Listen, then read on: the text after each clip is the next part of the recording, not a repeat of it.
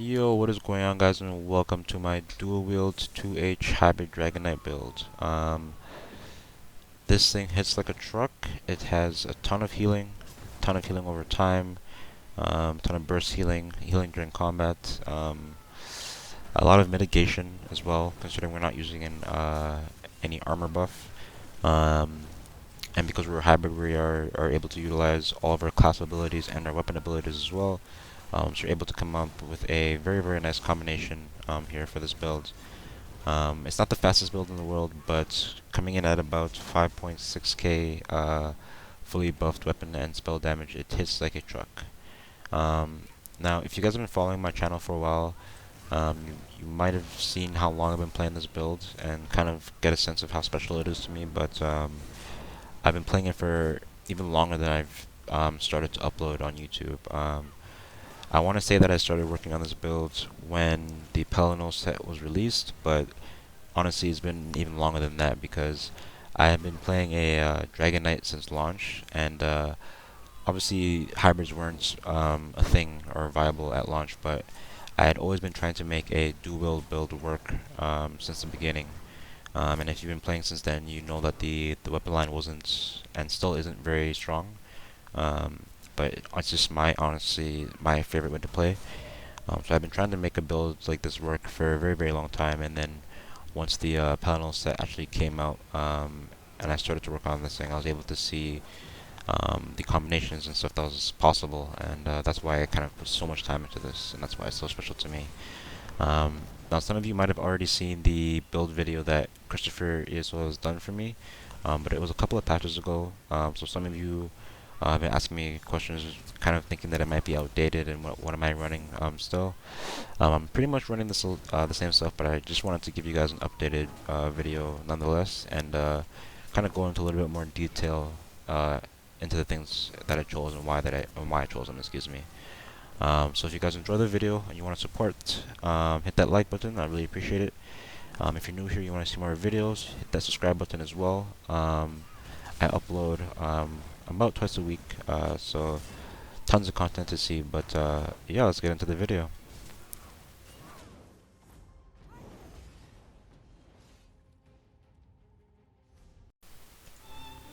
Alrighty, so jumping into the build here. I'm gonna show you guys the champion point version of the build. But that's not to say you can't run it in non-CP. You definitely can, and that's where I like to run it. Honestly, mostly. But I know a lot of people like to play in the CP campaign, so I'll show you that version of it first, and then I'll kind of talk about the ways that you want to change the playstyle to be able to play this in non-CP. But looking at the race here, we are a Dark Elf. For this build in particular, not all hybrids, but for this one in particular, I would say Dark Elf is probably a must because you just benefit from what you get from it so much. We get a bonus to both of our pulls here, which is great because we're obviously a hybrid. The resist flame is not really needed or amazing. It's nice for me because I'm a vampire, but it's not really like the most needed thing in the world. I guess having the immunity to burning is nice, but it's just nice to have, I guess. And then ruination as well, having that weapon and spell damage is great as well. But looking at the build, we're a Dark Elf. I split up my stats to get them to be roughly the same, so I have about 39 points into Magicka and then 25 in the Stamina. So we're coming in at just over 20k for both of those pools there. And then my health pool in the champion point campaign, I like to run the max health and stamina recovery food. And because of that, and I also believe they made a change recently with how much health you get in the champion point campaign, so we do have quite a bit. We have about 28k, which is pretty nice to have. Looking at the recoveries, I do have a little bit more stamina recovery because honestly, the build kind of plays out more like a stamina build. You're going to be using roll dodge and block a lot for your defenses, so that's kind of why I want to have more stamina recovery, because with my pool being this low, I need to have enough to be able to do damage with it, and then also roll dodge or CC break if I need to, and not just be out of stamina. So that's kind of why I favor the food that I chose more. You can also run the Jewels of Misrule if you want as well, which is what I would recommend to run in the non-CP campaign actually. But I think once you're for learning the builds, or honestly, I don't know, it might even be up to you. But I like to run that food. Both are an option. Both of them are viable. But looking at the weapon and spell damage here, like I said, we are at about 5.6. So let's just get fully buffed here on an enemy. So yeah, fully buffed we are at about 5.6. And then I believe when you have the continuous attack buff from taking a resource, you can go up to 6k weapon and spell damage fully buffed. So it's a really crazy amount of stats that we're able to get on this build here. The weapon and spell crit isn't anything crazy, but it's a nice little base to have, about 30% for both.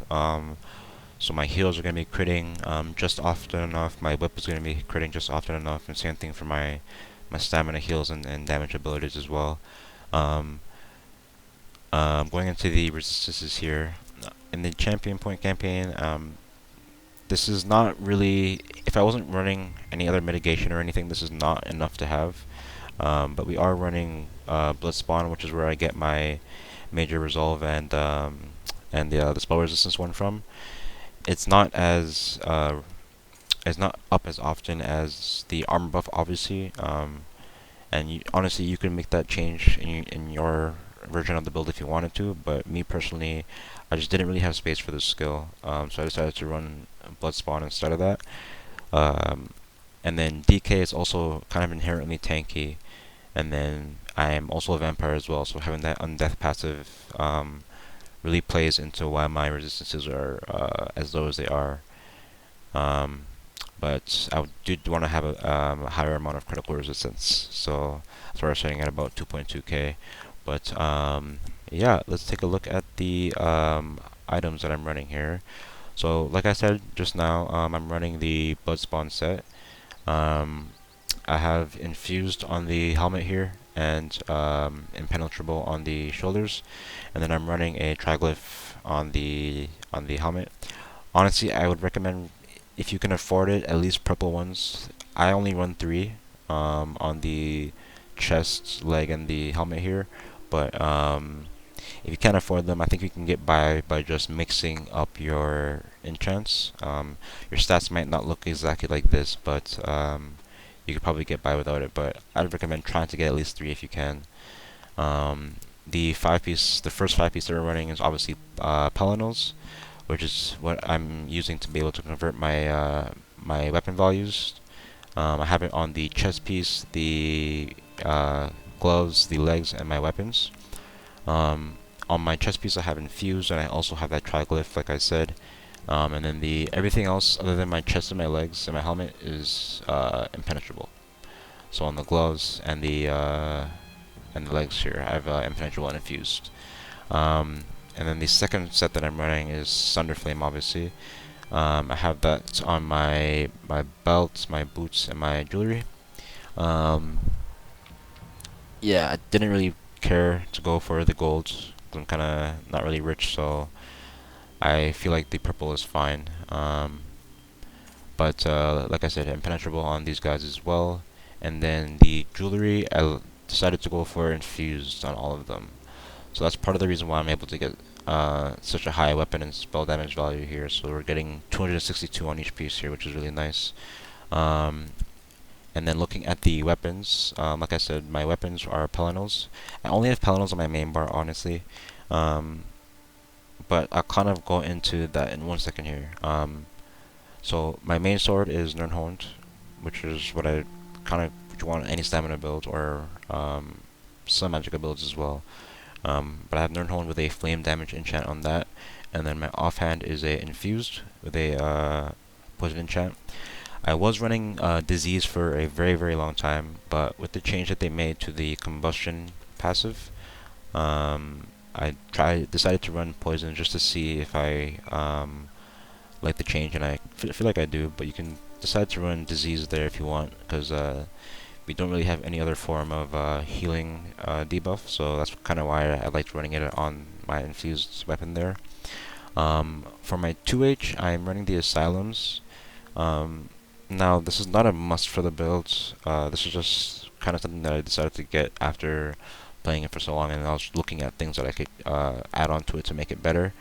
Um, Playing this build solo or outnumbered like I do most of the time, this is a very, very nice sword to have, because you're able to get that ultimate back so much quicker, obviously. This amount that you get back is not only when you kill them, it's every time you use execute. So even if you use it when they're at like 40% health, it's not going to give you 14, but if usually you're hitting about 3 to 4 executes when you're trying to kill somebody.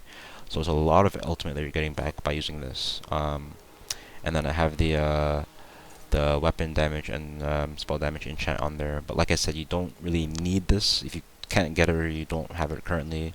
Like I said, it's not really a must. But if you can't get it, I just run the Palinals there on the back. And having this, it would make it so that your cauterizes will be more consistent, and it would allow you to stay on your back bar a little bit longer, as compared to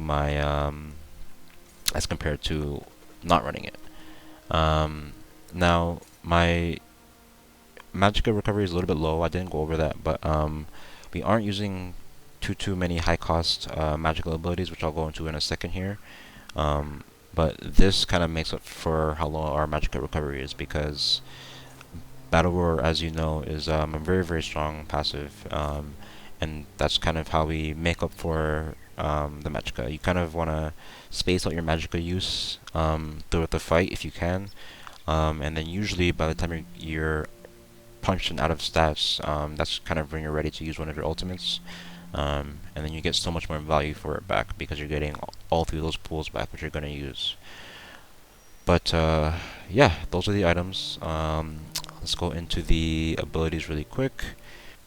Now for the first ability, we have Flame Lash. Now this functions as a couple of different ways in the build. It's the initiator to our combo. It's one of the strongest heals that we have in the build.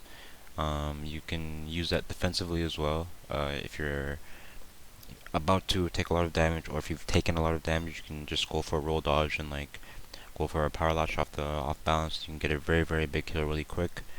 It's the ender to our combo as well. So this is it's a very, very nice part in this like half of the hybrid part of our offensive part of this build. Rending slashes, this is the other part of the damage, and this is kind of the main burst.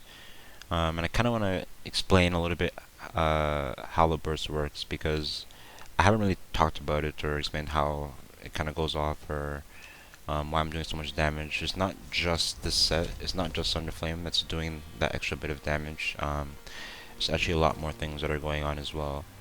So basically, as you've seen when I play, I like to go for a Petrify. I like to go for a Flame Whip just by itself with no light attack beforehand, so I can save the enchant. And then once I go for that heavy attack, first of all, they're off balance, which is 10% damage. You're hitting them with 2 heavy attacks from dual wield. You're hitting them with 2 enchants, because we saved the enchant by not using a light attack before Flame Whip. So that's 4 things that are hitting. Our Sunder Flame is also hitting as well, so that's the 5th thing. And then because of the timing of when we're using things, our Petrify is actually ending as well. And it's actually doing a lot more damage than that. That's on my other bar. Once it's ending, it has about a 5k tooltip as well. So about 6 things are hitting all at the same time. So that's why I'm able to do so much damage. And sorry, another thing as well, all those things are happening while they're off balance, like I said, and then it's also utilizing the Ruffian passive. So that's why I do so much damage during that burst. The third ability I use is Quick Cloak. Obviously, this is for the major expedition, but it's also very nice for the major evasion because there's actually quite a bit of AoE attacks out there in Cyrodiil now. So I really like to have this ability on when I can. It's not too expensive actually as well. So excuse me. So yeah, it's a really nice ability to have. The fourth ability I have on there is Cauterize. Especially with the way that it got buffed this patch, this is just a crazy ability. It just heals for so much, and then also I'm getting Major Prophecy on there, which is helping out my Flame Lash, excuse me, and my Coagulating Blood. Um, so really nice ability to have on there as well. And then like I said, that's why I said the Asylum 2H is not a must, because when you're switching to your 2H, because it's not a Paladin's 2H, you're not getting as good of a heal off of this, because when you switch to your other bar, our spell damage is not as high. So honestly, whether or not you want to run this on the build or not is kind of up to you. I just really like the ult gain on it. And then the fifth ability obviously is one of our main heals, Coagulating Blood. And this thing is just a beast. As for the ultimates, and really quick, in that first clip there, when I was kind of introducing the video, you saw me using the dual wield ultimate there. Do not ever use this. It's not good. I was just testing stuff out, but yeah, don't use this. I always like to have Flawless Dawnbreaker on here because I get 5% additional weapon damage, or sorry, 8% because of the Slayer passive, and then that 8% is also being converted over into our spell damage. That's how I'm able to get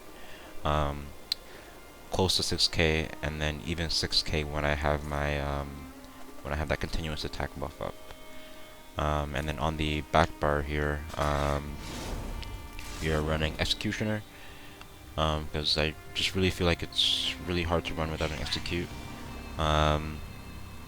Fossilize, this is our main stun obviously, and like I said, it really plays into the functionality of our combo as well. Protective Plate, which used to be Reflect, but they kind of changed it to reduce the damage in half, and I kind of like it. I like the other one as well, but I like this version of it as well. And then the immunity to snares and immobilizations is very nice to have, because I don't have any other form of that. Crit Rush, obviously, as a gap closer, which is I really feel like you need to have this because it's a full melee build, so chasing people around all day is not really fun. And then Rally, which is our stamina heal, our major brutality, and also our sorcery because of our Paladin set. And then yeah, and then as for my ultimate, now I use Berserker Rage is kind of situational, honestly. If you're playing in the the non-champion point campaign, I wouldn't really recommend using this, really ever, because you just kind of, your regen and stuff like that is a little bit too low. Your defenses, you're taking a lot more damage, so this I just feel like is not really viable on that campaign. It kind of gets a little bit more viable once you start to run in a group, but even then I'd still say would run corrosive armor.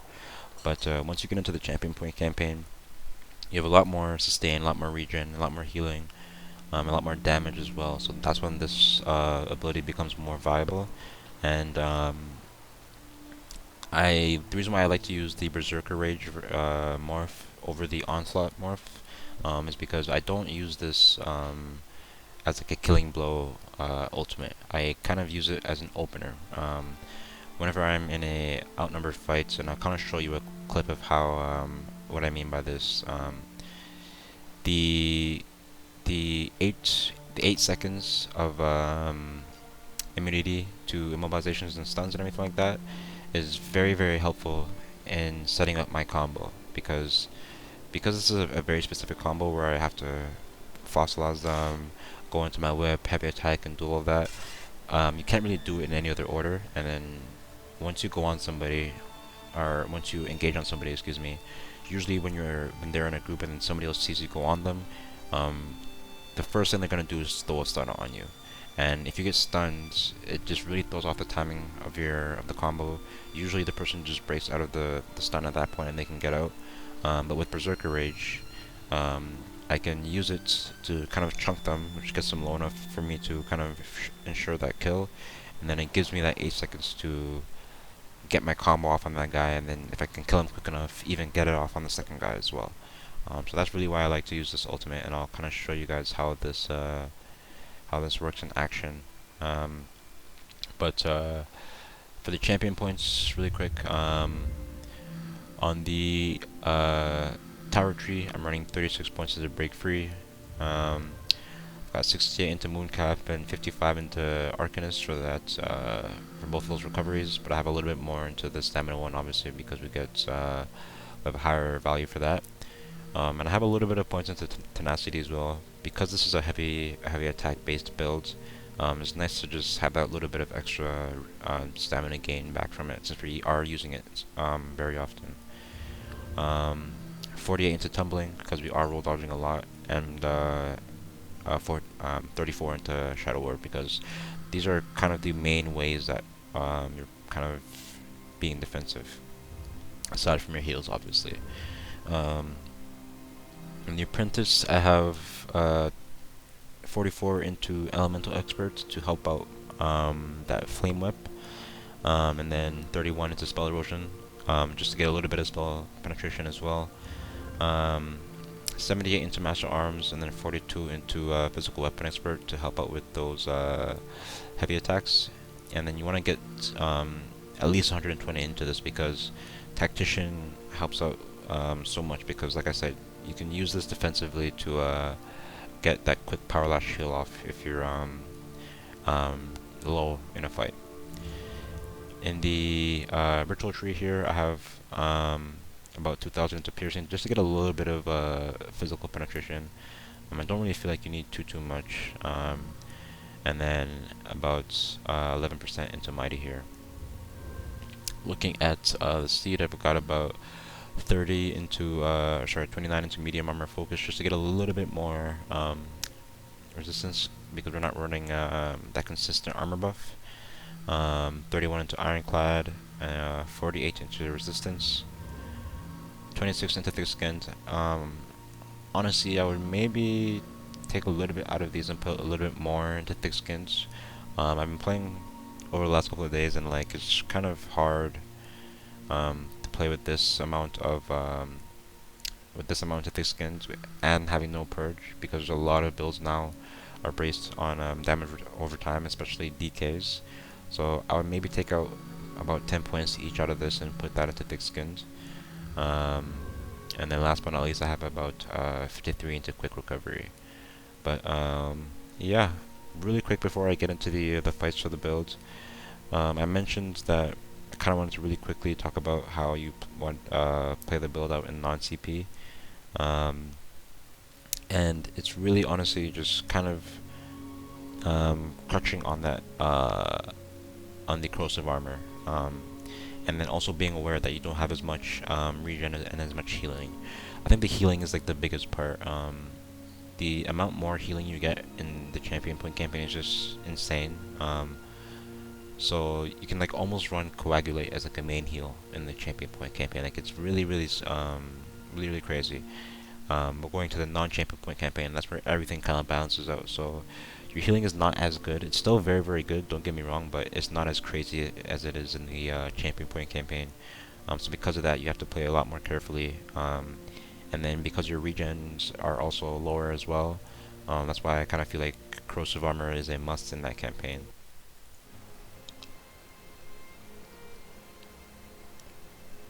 So yeah, that's my build. Honestly, I really wish I had some fights to show you guys, but I've just been really busy the last couple of weeks, so I haven't had time to play. But please let me know if you guys enjoyed the video, if you liked the build. Like I said, please leave a like. I'd really appreciate the support. And if you're new here, hit that subscribe button. But thank you guys so much for watching, and have a great day.